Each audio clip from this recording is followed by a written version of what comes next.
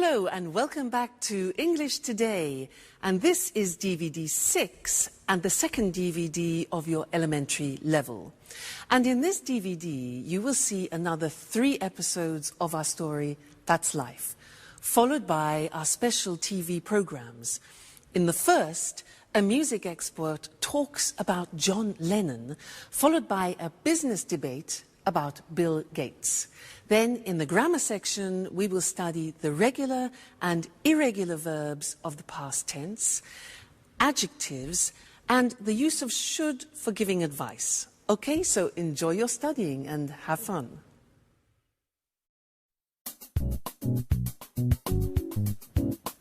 Hi, Jack.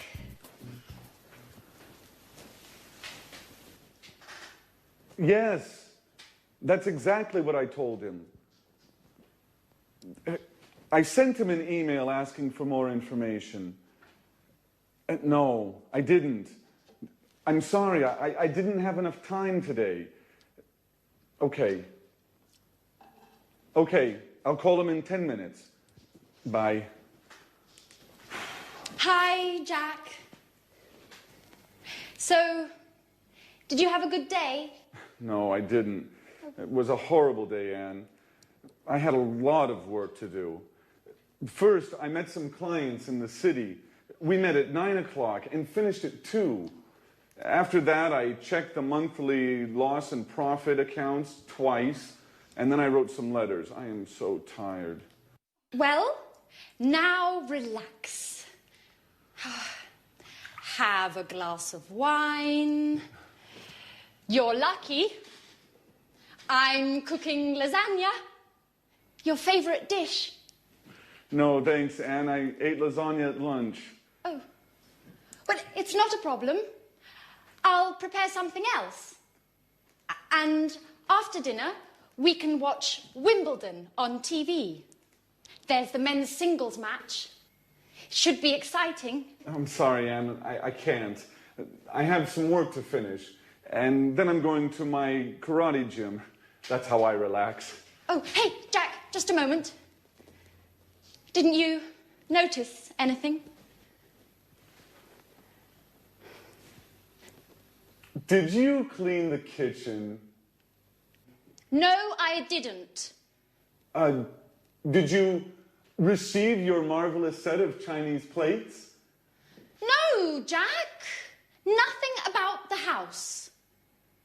It's about me. Oh, I see. You bought a new pair of shoes, didn't you? They're very nice. Well, I have to go now. It's late. Oh, it doesn't matter. Go. Bye. Such a waste of time.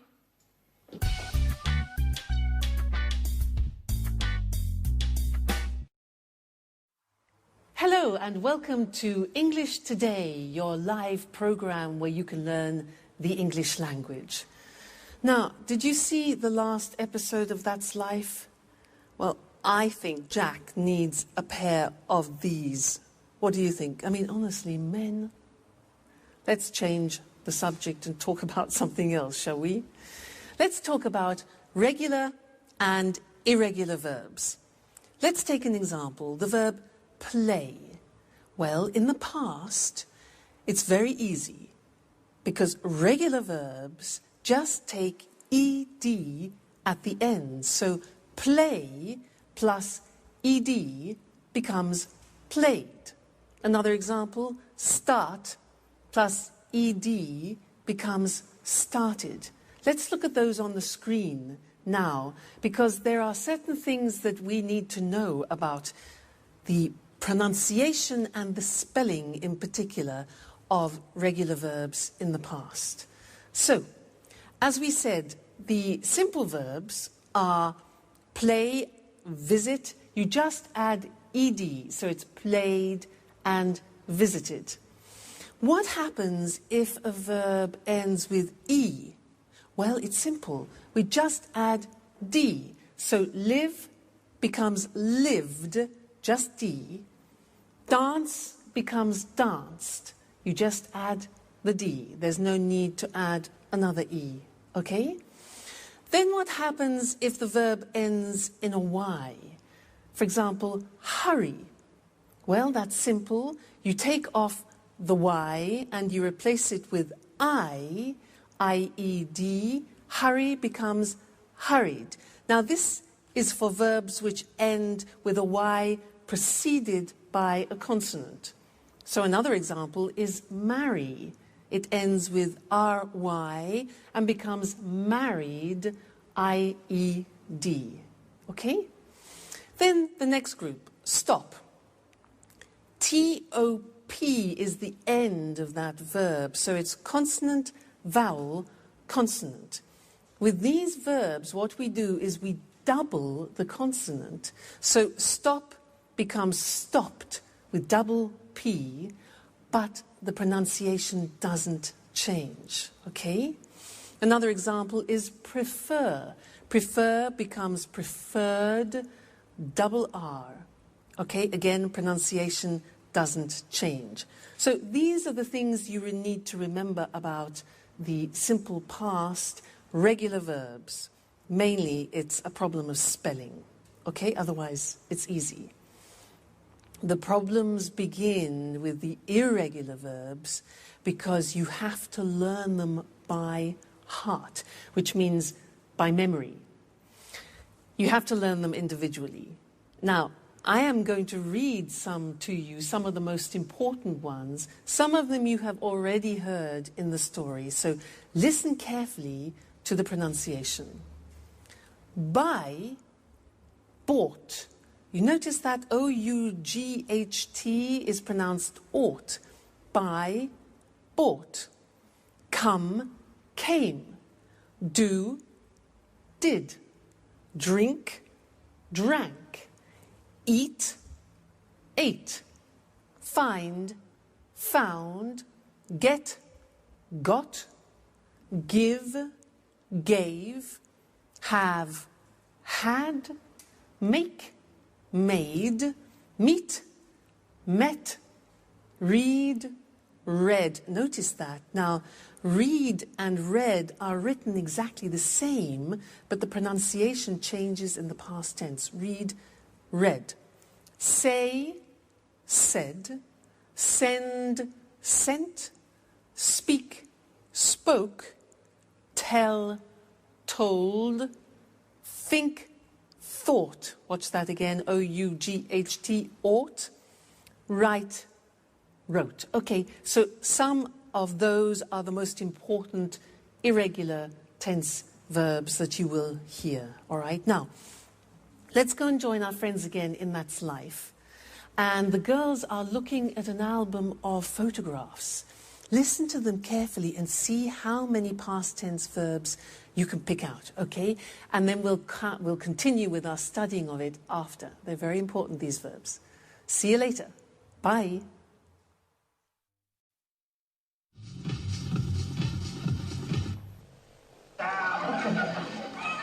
Hey, Anne. Now, I'm Mr. Simpson. Thanks a lot for the tip on the bookshop. Oh, my God. Anne, what's happening here? Makeup? Let me see. New hairstyle? New dress? You look great. At last, somebody noticed my change. It's impossible not to notice it. Thanks. Well, what were you talking about? Oh, I wanted to thank you for the tip on the bookshop. It's a great shop. Oh, great. I'm glad you liked it. I love sitting and drinking a cup of coffee and looking at the books. Yes, that's exactly what I did. I sat down, ordered a cup of coffee, and read. And I found all the books I wanted. What books did you buy? I bought a biography about Virginia Woolf and a book about archaeology. And you? What are you doing? I'm trying not to think about all my problems. So I'm looking at some pictures. Can I see them?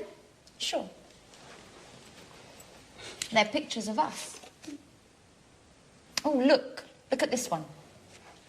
We were in Edinburgh. We went for a trip. Do you remember? Yes, I do. How funny Alice was with that Scottish hat. Did we go by car? No, we didn't. We went by train. And at the very last moment, Peter didn't come because of the audition. Yes, as usual. And who's this? I don't know him. Oh, that's Frank, a friend of mine. I met him on holiday in Norway. We had a good time together. And? Afterwards, he went his way and I went my way. Yeah, that's life. Did you have an affair with him? No, I didn't. Nothing like that. And we were only good friends. Do you keep in touch? No, we don't. He wrote me a letter 5 years ago. He sent me an invitation to his wedding. Did you go? No, I didn't. Well, unfortunately, I had a lot of work and I couldn't get away. Hey, but this is Jack. How smart he looks in this picture. Yeah. Yes, he does. Do you mind, Anne, if I keep this picture with me? I do mind. No way. I'm sorry, Sharon, but no. Why not? What do you care about it? And you? What do you care about it?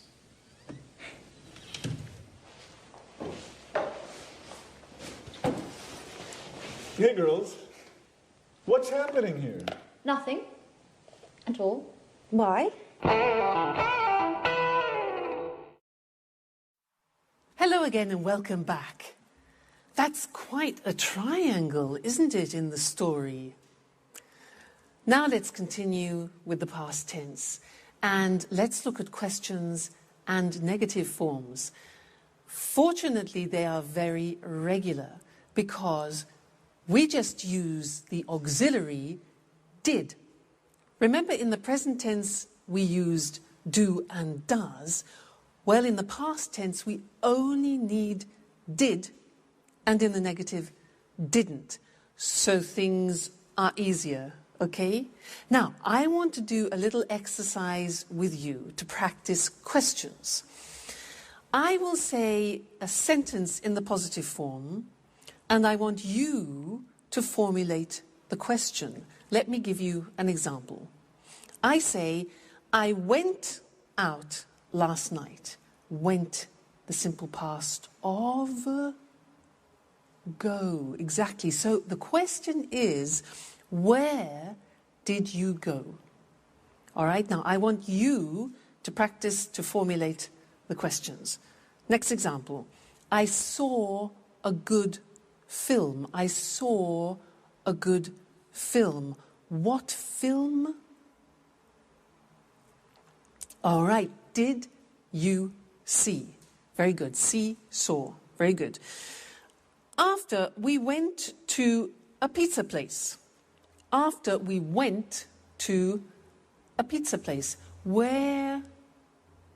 Yeah, exactly. Where did we go? The infinitive went, go. Okay? Where did we go? Next one. I had a Four Seasons pizza. I had a Four Seasons pizza. Question, what type of pizza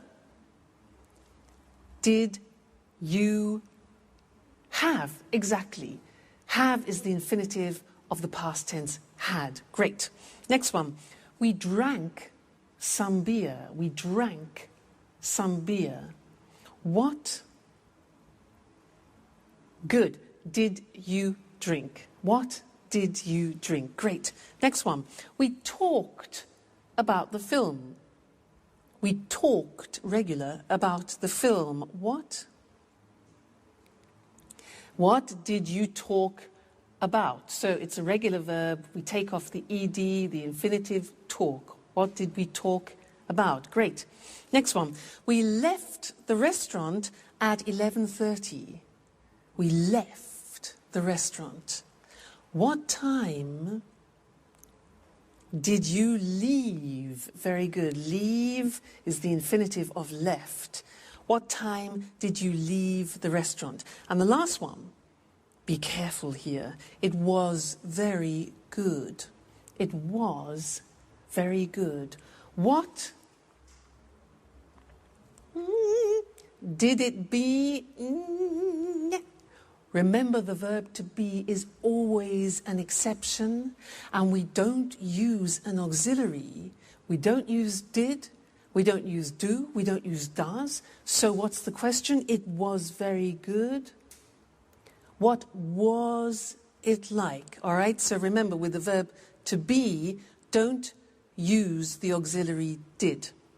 So let's go to the screen now and look at that written to help you memorize it. Okay? So, we said that we use did and didn't in the question and negative forms. Let's look at the question. You have the question word when, the auxiliary did, the subject you, and then the infinitive form. All right? When did you arrive? Who did she or he see? How did it happen? Why did we sell it? Okay, always did with I, you, he, she, it, we, you, they. And where did they go last week? All right, so it's not difficult. Now the negative, well, we take did not and we abbreviate it to didn't, and we say, I didn't see them last month. You didn't hear me. He or she didn't visit him last week. It didn't rain last month. We didn't buy the house. They didn't go to the party yesterday. So again, didn't with all the forms. I, you, he, she, it, we, you, they. All right? So now you know the positive form, the question form, and the negative form of the simple past tense, which means you can have some fantastic conversations with any of your English or American friends. All right? So keep listening for that, and we'll keep talking about it in the future lessons. So take care until then. See you soon. Bye. Tell me more, more did you get very far? Peter, sorry. Could you stop singing? I can't read. Sorry, Jack. What are you reading? It's a book about inventions. Really? Can I have a look? Sure. I'm reading about the computer. Oh, Jack. You have a serious problem. You work hard all day long, and then you spend your spare time reading about computers. Well, the same applies to you, with music, I mean. Are you crazy? How can you compare music with computers? Anyway, music is my job. You know, we're performing in a few days. I'm so nervous. I know. But music isn't the only thing in life. I'm studying for my European computer driver's license. Does that count? Sure it does. But music is more interesting. That's your opinion, Peter. Well, for example, did you know that Bill Gates founded Microsoft, but the computer goes back to the 19th century? They built a computer in the 19th century? No. John Babbage had the idea for the first computer in the 19th century. He called it the analytical engine. Hey guys, what are you talking about? I've got a questionnaire for you. Are you ready? Not again. Why do you like answering all these surveys? I guess it's a hobby. A little strange, I know. Anyway, it's a way to learn something new about ourselves, you know? I'm curious. Aren't you too? Well, are you ready? No, not me.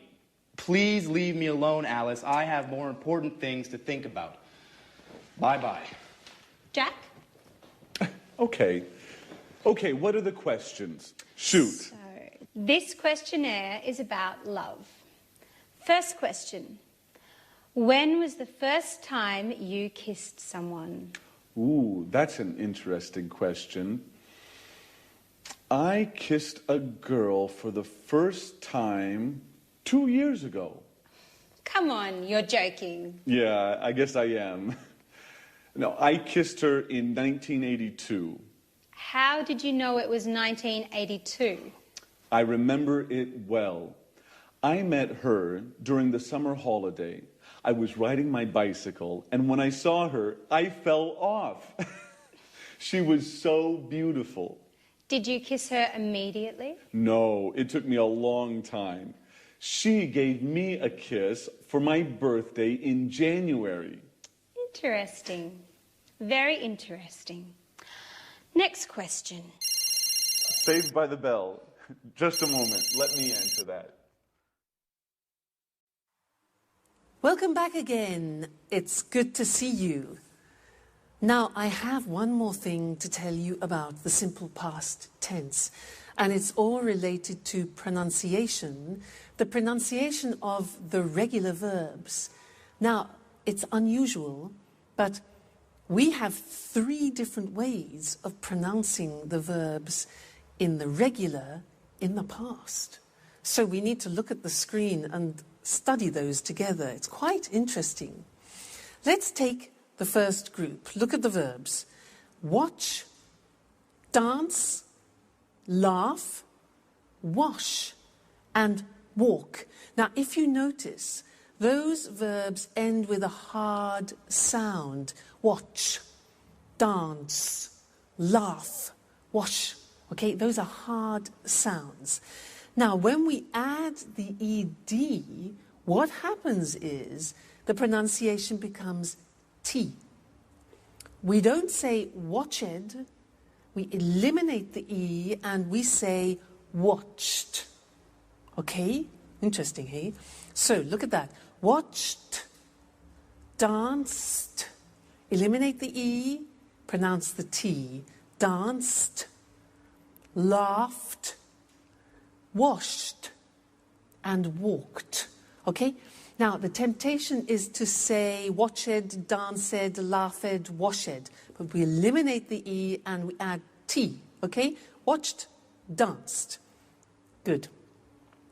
The next group, listen to the verbs. Play, clean, study, close, snow. Now, the pronunciation at the end of those verbs is soft. Not like walk, which is hard. It's soft. Play, clean, study, close, snow.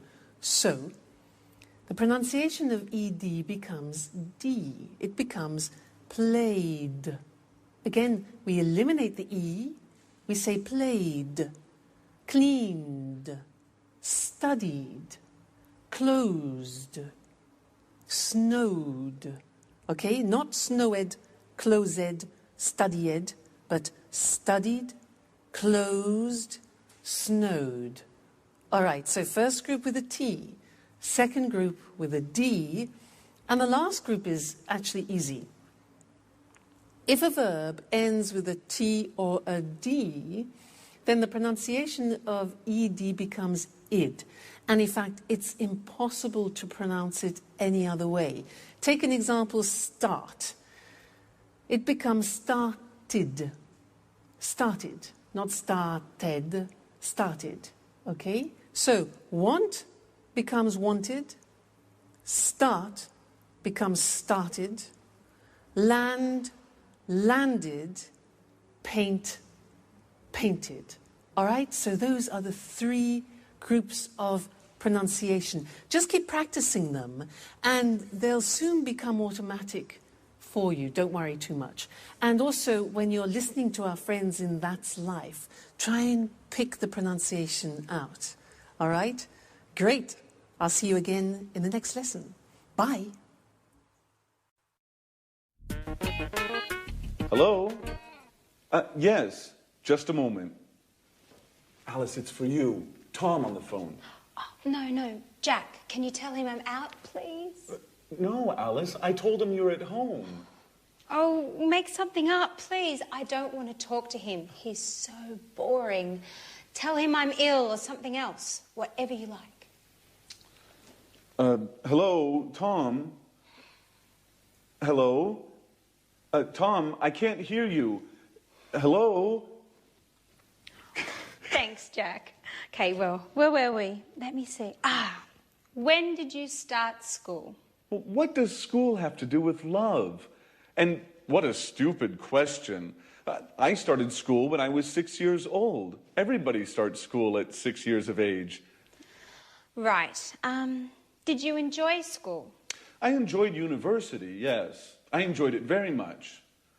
Excuse me, Alice, but do you really find this questionnaire all that interesting? Well, not really. Anyway, let's go on. And why did you enjoy university? Because we had parties every Saturday night. No, really, why? Well, I learned a lot, and I made a lot of new friends. I lived on my own, and...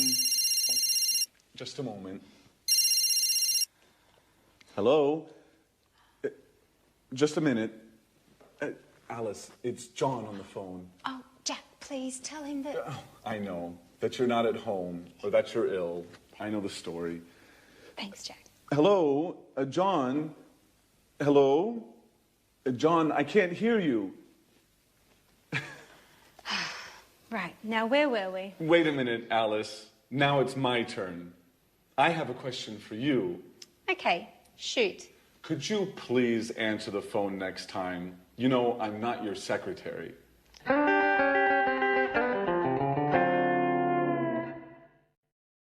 Hi again, and welcome back to your live English language learning program. Alice has a lot of admirers, doesn't she, girls? How does she do it? Now, I want to do an exercise with you to help you practice recognizing past tense verbs. Okay, so I'm going to become a newsreader. I'm going to read you the 9 o'clock news in English, and I will use about 22 verbs in the past. I want you to listen carefully and try and recognize as many as you can. All right, so let me get in position. Are we ready? Okay.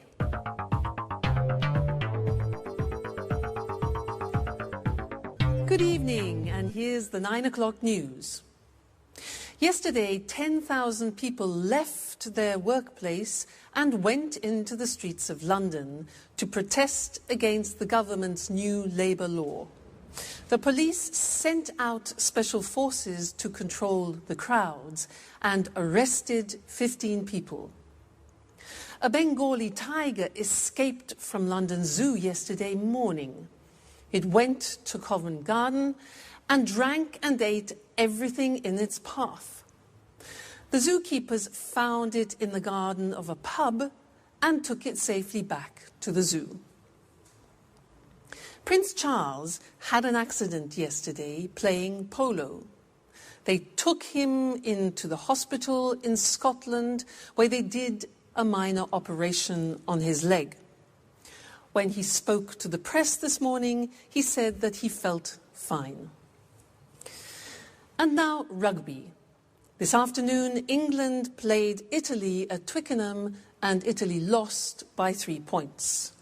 The Italian captain broke his leg. The English captain said the game was close and that the Italians played very well. That's all from me. Good night. So, how many verbs did you get? 10? 15? 20? 22? All right, let's go and check them on the board now, together.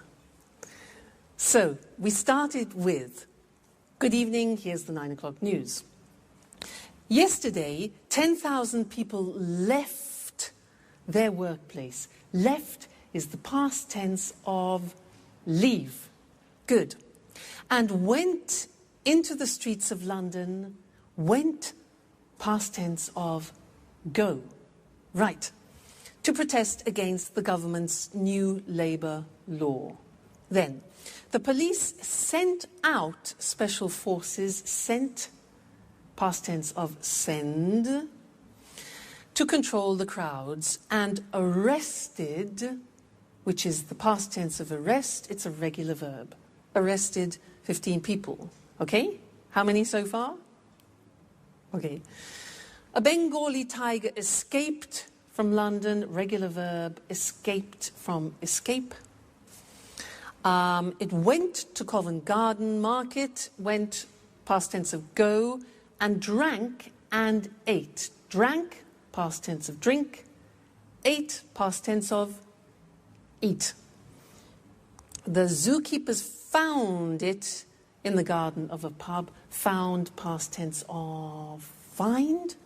Good. And took it safely back. Took, difficult. Took, past tense of take. Take, took. Okay. Prince Charles had an accident. Had is the past tense of have. They took him, you know, past tense of take, to a hospital in Scotland where they did a minor operation. Did, past tense of do. Yeah. When he spoke to the press, spoke is the past tense of speak.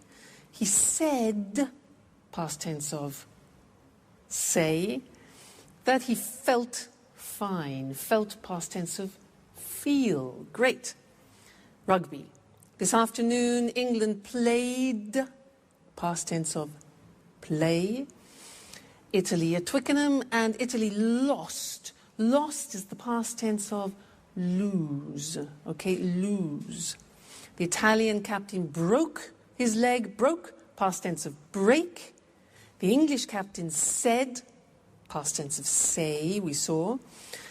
The game was close. Was is the past tense of yeah, the verb to be. And that the Italians played very well. Play, a regular verb, past tense of play, play, played. Okay? Well done. How many did you get? 22? 20? 18? 19? I know it's difficult at the beginning. And in fact, that is often one of the most difficult things, is recognizing English pronunciation. That's why it's very important for you to learn good pronunciation at the beginning, because it will really help your comprehension. So, take care, and I'll see you in the next lesson for more practice. Bye.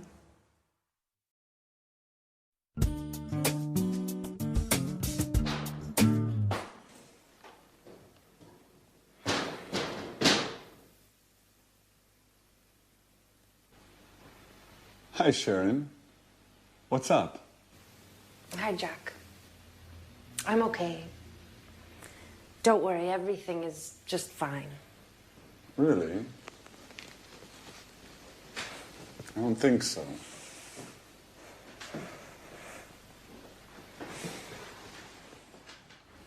Come on, tell me what's happening. Some problems with Peter? No. Well, yes. But I don't think you're the right person to talk with. Well, maybe you're right. But I can't stand seeing you so sad. And this? What does it mean? Don't worry, I'm not leaving forever. My colleague Lucy invited me to spend the weekend at her house. She has a cottage in the countryside, near Brighton. We are leaving in the evening, right after work. The countryside is lovely there. I hope so. I need a break.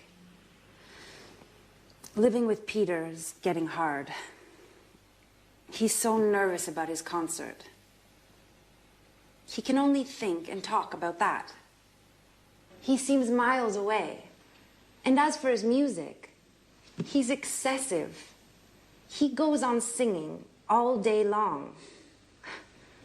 He doesn't speak with me anymore. He sings with me.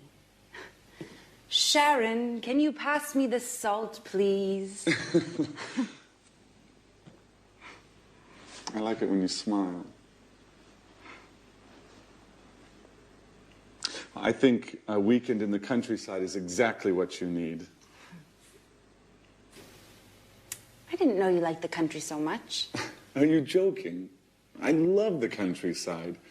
It's so quiet and relaxing. A lot of people think it's boring.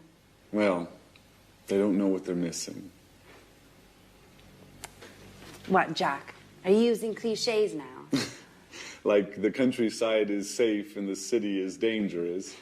Or the country is clean and the city is dirty. And don't forget the country is cheap, too. Yes, there's that too. The city is very expensive. Just think how much the rent is for this apartment. Don't remind me. I have to pay mine tomorrow morning. Well, Jack, it was good talking with you. You make me laugh. Sometimes I think about us. About how we were together once. We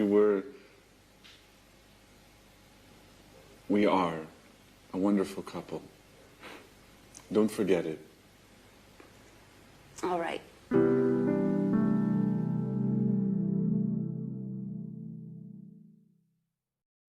Hi again. How are you? So, Jack and Sharon both like the countryside, do they? Can you imagine them alone in a house in the country, cheek to cheek? We'll see. Could be interesting. Now, in this lesson, I want to talk to you about adjectives. Adjectives. In that last episode, they talked about the city and the countryside. So let's look at some adjectives that we could use to describe the city and the country. For example, the countryside is beautiful, but often cities are the opposite of beautiful. We say ugly. Beautiful, ugly, all right? Usually the countryside is quiet and the city is noisy. Noisy. The countryside is usually safe, whereas cities can be, dangerous. Life in the countryside is slow, whereas life in the city is fast. The countryside is rural, whereas the city is urban. All right? Usually the countryside is charming, and often cities are modern. Life sometimes in the countryside can be boring, but life in cities is usually interesting. Life in the countryside can be very relaxing, whereas the city is usually exciting. The countryside is very clean, Anne would like that, whereas often cities are dirty. The countryside is usually cheap, whereas cities are often expensive. Okay, so those are typical adjectives to describe countryside and city. Now let's think of people and things. Well, people can be young, but things, we wouldn't say things are young, we would say things are new. So a book is new, but my brother is young. The opposite of young is old, okay? Old. And we also use that for things, so we could talk about an old book. Now, some people are fat. But when we describe a book in that term, then we say the book is thick, not fat. Okay? We can say a person is thin, and we can also say a book is thin. Then somebody is 2 meters. Tall. Somebody is tall. Whereas we would say for a building, the building is big or high. Then the opposite is short. Person is short. And the thing would be little. Now, there's another very interesting thing about adjectives to learn, is that adjectives are divided into syllables. So, for example, if you look at the adjective beautiful, how many syllables are there? Beautiful. 3 syllables. Beautiful. Beautiful. Okay?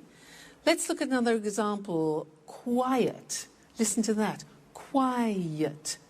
2 syllables. Quiet. Another one. Safe is 1 syllable. Safe. How about dangerous? How many? Dangerous. Dangerous. 3. Okay? One more. Interesting. That's quite difficult. Interesting. How many syllables? 4. Interesting. Pronunciation interesting. Relaxing. Relaxing. 3. Cheap. 1. Okay? So, all adjectives in English are divided into syllables. You can count them. And that's important when you want to compare things, which is what we'll be looking at in another lesson. Now, we're going to go back to That's Life, and Anne wants to buy a car, and Jack is giving her advice. Listen to the way that they use the word should, and then we'll look at that in the next lesson. All right, see you then. Bye.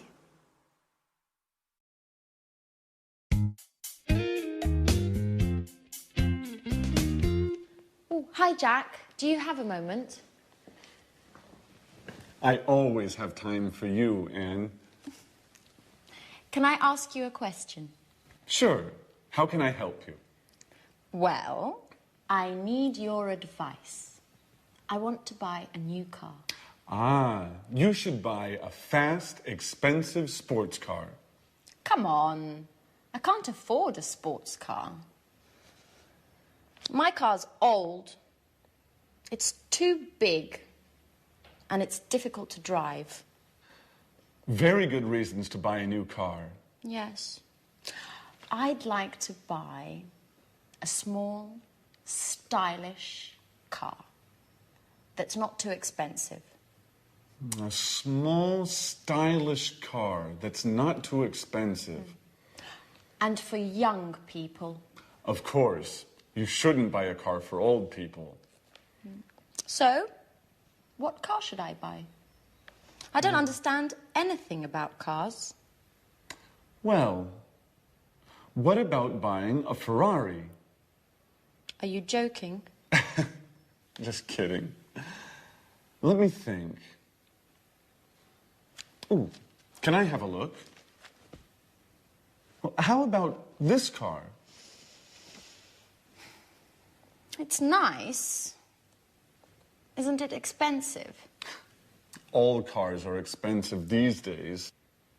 By the way, did you hear about Sharon? Yes. I met Peter in the afternoon. He told me they had a quarrel.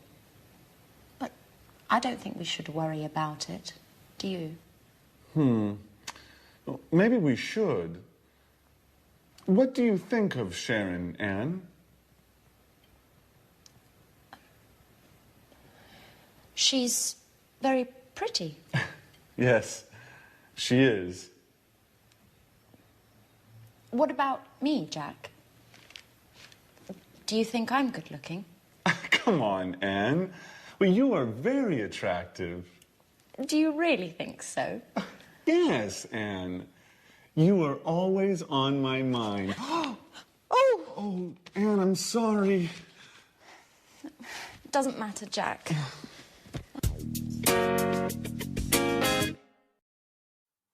Hello again and welcome back. Did you hear what Jack said to Anne? He said, you should get yourself a really fast, expensive sports car.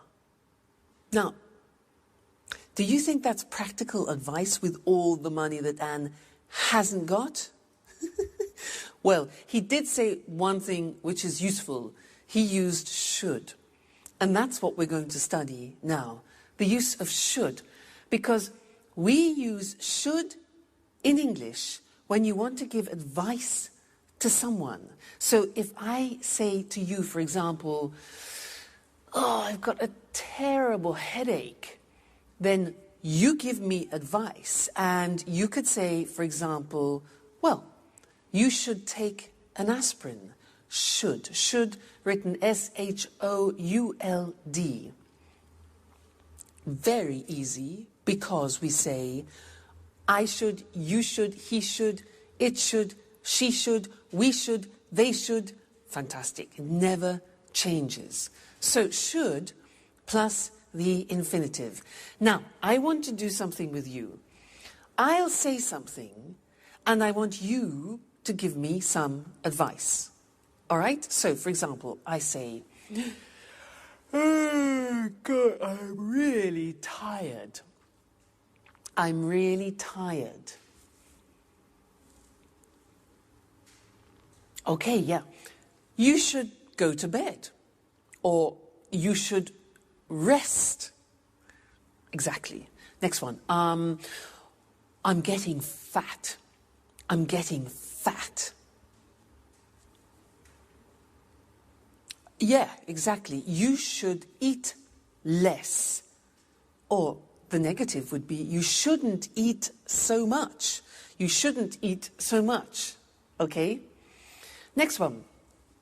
Oh, my back really hurts. Ooh. Exactly. You should see a doctor, or you should go to a chiropractor, for example. Great. Now, I don't speak English very well. I don't speak English very well. Yes, exactly. You should watch English Today all the time. All right? Fantastic. So that's the form should for suggestions. Let's look at them now on the screen, just to consolidate that. So, should. In the positive form, the examples are, you should take a rest. She should take an aspirin. They should see a doctor. He should stop eating sweets. And I should study English every day. Okay, so the form is should plus the infinitive without to. The negative, she shouldn't, look at the pronunciation, shouldn't work so much. I shouldn't go to bed so late. You shouldn't go to that film. He shouldn't smoke so much. All right? The question when you're asking for advice is simple. You put should first and then the subject. So the examples are, should I see a dentist? What should I do? And should we practice English every day? Yes, we should. Okay, good. So that is the language that you can use whenever you want to give advice to somebody in English. Should plus the infinitive. So should you come and see me every day? Yes, you should. Okay, and you should come to the next lesson. So I'll see you there. Take care. Bye. Hello, hello, and welcome to Music World. And welcome to Tony Moore, our music expert. In this week's edition, we want to celebrate the life of a great musician from Liverpool. Maybe the greatest pop musician of all time. Right, Tony? Yes, that's right. And of course, we're talking about John Lennon. Yes, John Lennon, a famous singer and songwriter, but also sometimes a controversial figure. OK, Tony, let's look at the important moments of his short but very successful career. Well, John was born on October the 9th, 1940, in Liverpool. He had a difficult childhood. His parents separated, and John lived with his aunt, Mimi. She was very, very strict, and she didn't like John spending all his time playing the guitar. So John had a difficult childhood. And what about the Beatles? When did this amazing pop group start playing together? In 1958, John met Paul McCartney at art school in Liverpool. This was the beginning of their musical journey together. Shortly afterwards, George Harrison joined them. At the beginning, the band was called the Quarrymen, but in 1959, they changed the name to the Beatles. Interesting. Where did the band play? Well, in Liverpool, of course, at the Cavern Club. But they gave their first series of performances in Hamburg, at the Star Club, in the city's red light district. The Beatles were very happy and had lots of fun in Hamburg. It was here in Hamburg that they developed their look, and in particular their famous hairstyle. A hairstyle that suddenly became fashionable all over the world. Ah, that hairstyle. They were called mop tops, weren't they? Yes, that's right. What was their first #1 single? The single, Please Please Me. It was an immediate success and went to the top of the charts. That's right. Well, the four lads from Liverpool played together as the Beatles until 1970. Their last album was Abbey Road. Then the band broke up. To the disappointment of all their fans. And then, what did John do next? He started a successful solo career. Imagine and Plastic Ono Band were popular albums. Did John ever try to reunite the Beatles? Oh, no. His relationship with Yoko Ono became very, very important for him. John and Yoko started to get involved in politics. They began to spread a message of world peace. And when was he killed?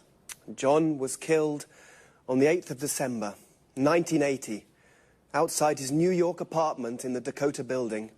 Who killed him? Mark David Chapman, a Beatles fan. And why? Well, he was crazy. He was mad. He said Lennon had betrayed the ideals of his generation. Yes, well, John was only 40 when he died, but he certainly isn't forgotten. No, he certainly isn't forgotten. Today there's a garden in Central Park called Strawberry Fields to remember John's life. It's near the Dakota Building. OK, so John Lennon. John Lennon, perhaps the greatest pop musician of all time. Thanks to our expert, Tony Moore. Thank you. Goodbye. Goodbye. See you again next week for another edition of Music World. Goodbye. The Beatles. What a band. A band is a group of musicians that play together. For example, a jazz band. When the band plays pop or rock music, we often say a pop group or a rock group. A musician is someone who plays music. There are jazz musicians, classical musicians, pop musicians. We say that someone plays music or plays a musical instrument. For example, John played the guitar. I play the piano. Do you play an instrument? A singer is also a musician. Their voice is their instrument. They sing. A musician plays music and a singer sings songs. John was also a songwriter. A songwriter is the person who writes a song. And the words of a song are called lyrics. The lyrics of John Lennon's songs are very beautiful. The Beatles recorded lots of albums. An album is a record or CD with 8 or more songs on it. A single is a record or CD with just one song. Often a single becomes very popular and we say that it goes to the top of the charts. The charts is the list of the most popular songs that week. So when a single goes to the top of the charts, it means that it's at the top of the list and very popular. When a song is #1 on the list, we call it a #1 single. Please Please Me was a #1 single. But bands also play live in front of an audience. We say they give a performance. So we can say, the Rolling Stones are playing in Rome tonight, or the Rolling Stones are giving a performance in Rome tonight. A performance can be just one song or piece of music, but when a band or singer plays lots of songs, we call it a concert. Unfortunately, some bands, like the Beatles, separate, and we say they break up. The Beatles broke up in 1970, and John Lennon started his solo career. A solo career is when a musician records songs alone, without the band. It's time for me to say goodbye to all you music lovers. See you next time. Good evening, and welcome to this week's edition of Let's Talk. In the studio with me this evening are our commentators, Marie and Tom. How are you? Fine, thanks, Eric. Very good. Today, let's talk. Let's talk about one of the world's most famous men in the world. I mean Bill Gates, the world's top businessman and the richest man in the world. I have a question. How did he become so successful? I can answer that question with one word. Windows, the most widely used computer operating system in the world. Yes, that's true. It's almost every computer in the world uses Windows. Let's go back in time a little. How did Bill Gates arrive at where he is today? Well, I'd say thanks to his business skills. At the end of the 80s, when he founded Microsoft, he understood where the computer industry was going. That's right. At that time, computers were very big, very expensive, and only large companies could use them. Gates understood that smaller, personal computers, the PCs we use today, were the future. Of course, he wanted all these PCs to use his software. So he understood 20 years ago how we use computers today. That's a good businessman. But of course you need more than intuition to become the world's top businessman. Yes, of course. To become the world's #1 businessman, you need an aggressive business philosophy. For example, from the beginning, Bill Gates did everything to stop the illegal copying of Microsoft programs. Until this time, people didn't buy software programs. They shared them freely or copied them. Bill Gates created the market for computer software. But that's not all. Bill Gates was very ambitious too. Do you know he wanted to be a millionaire by the age of 30? Yes, and he worked very, very hard. For many years, he only slept 6 hours a day. He was a real workaholic. So he also helped coffee producers too. I guess so. After he became a multi-millionaire with Windows, what did he do next? He turned his attention to the internet. Initially, he didn't think the internet was important. This was a business mistake. Microsoft developed Internet Explorer 4, and 3 years later, Microsoft won the browser war and destroyed its competitors. So today, almost every computer in the world uses a Microsoft program. That's right. Well, Bill Gates is a very, very successful businessman. Is there anything about him to make him likable or just a bit human? Well, his charity work, this is very important for him. Bill and his wife Melinda now work for the Bill and Melinda Gates Foundation. In 2000, Bill gave half his fortune to the foundation to fund charity work. This is fantastic. Bill Gates, a successful man with very good business skills, but with a big heart too. Well, today we have learned about one of the most important business leaders of our age. Thanks very much, Marie, and thank you, Tom. Goodbye. Thank you. Goodbye. Goodbye. And goodbye to you. And see you again soon for the next edition of Let's Talk. Well, Bill Gates is definitely the most famous businessman in the world, but I didn't know he was so generous. A businessman, or businesswoman, is a person who works for a company or for themselves, and they are always looking for ways to make money. To be a successful businessman, you need good business skills. In other words, good ideas to sell more and to make more money. Bill Gates has very good business skills. he founded Microsoft. To found a company means to start a company. And Bill Gates founded Microsoft because he knew where the computer market was going. What is the computer market? The people who buy computers. The people who buy a product are the market of that product. Bill Gates even created a market for computer software. To create a market for a product means you are the first person or company to sell that product. He also destroyed his competitors. Competitors are the people who sell the same product as you. Of course, to be so successful, Bill worked a lot. We say he was a workaholic. Workaholic comes from the word alcoholic, a person that drinks a lot of alcohol. And he became a multi-millionaire with his business philosophy. A multi-millionaire has lots of millions of euros or dollars. Someone who has 1 million is called a millionaire. A business philosophy is how someone wants to run a business. To run a business means to manage a business. Bill Gates runs his business very well.